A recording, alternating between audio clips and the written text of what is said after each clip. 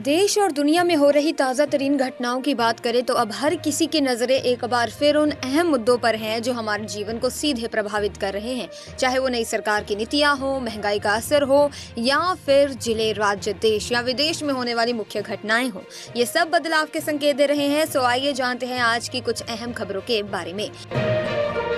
लोकसभा में संविधान पर चर्चा का दूसरा दिन। प्रधानमंत्री नरेंद्र मोदी संविधान की 75वीं वर्षगांठ पर हो रही इस चर्चा का जवाब दे सकते हैं। ये चर्चा 13 दिसंबर से शुरू हुई है और 2 दिन तक चलेगी। शुक्रवार को इस चर्चा में रक्षा मंत्री राजनाथ सिंह और कांग्रेस सांसद प्रियंका गांधी ने भी अपने विचार रखे। राजनाथ सिंह ने अपने भाषण में संविधान के ऐतिहासिक महत्व और देश के शासन को आकार देने में इसकी भूमिका पर बात की है। वहीं प्रियंका गांधी ने कहा कि इस देश का भविष्य डर से नहीं बल्कि सहमति से तय होगा।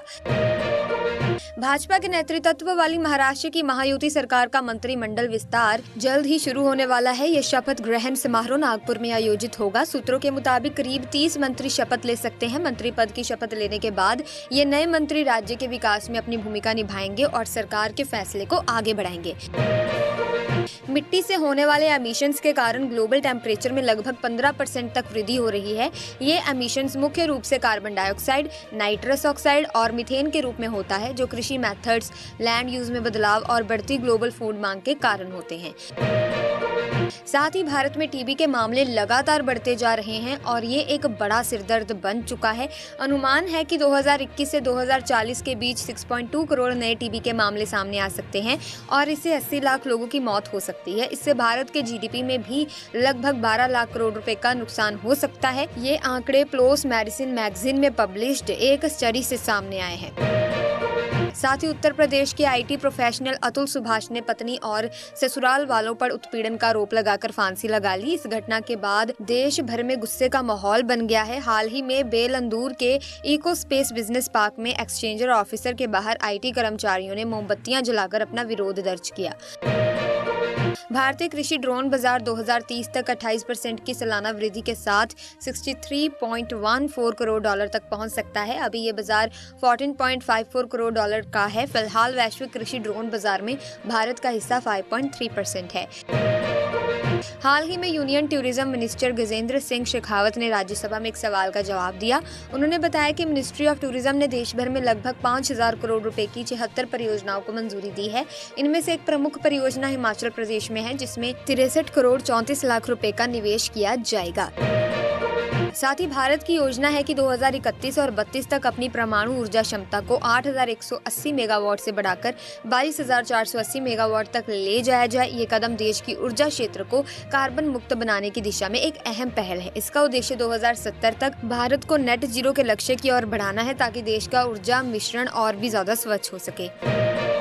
साथ ही दिलजीत दोसांझ 14 दिसंबर को चंडीगढ़ के सेक्टर 34 में अपना शो करेंगे। इस समय वो अपने दिल लुमिनाटी टूर पर हैं। शो के दौरान भारी भीड़ और ट्रैफिक की स्थिति को देखते हुए प्रशासन ने तैयारी शुरू कर दी है। डीसी निशांत कुमार यादव ने एसएसपी और ट्रैफिक एसएसपी के साथ बैठक की, ताकि भीड़ को अच्छे से संभाला जा सके। साथ ही ये भी तय किया गया कि भविष्य में सेक्टर 34 के मेला ग्राउंड में ऐसे बड़े आयोजनों की अनुमति नहीं दी जाएगी। खबरों का सिलसिला दोस्तों इसी तरह इस वीडियो में चलता रहेगा, लेकिन आप किस राज्य से हमारी इस वीडियो को देख रहे हैं कमेंट सेक्शन में जरूर बता दें।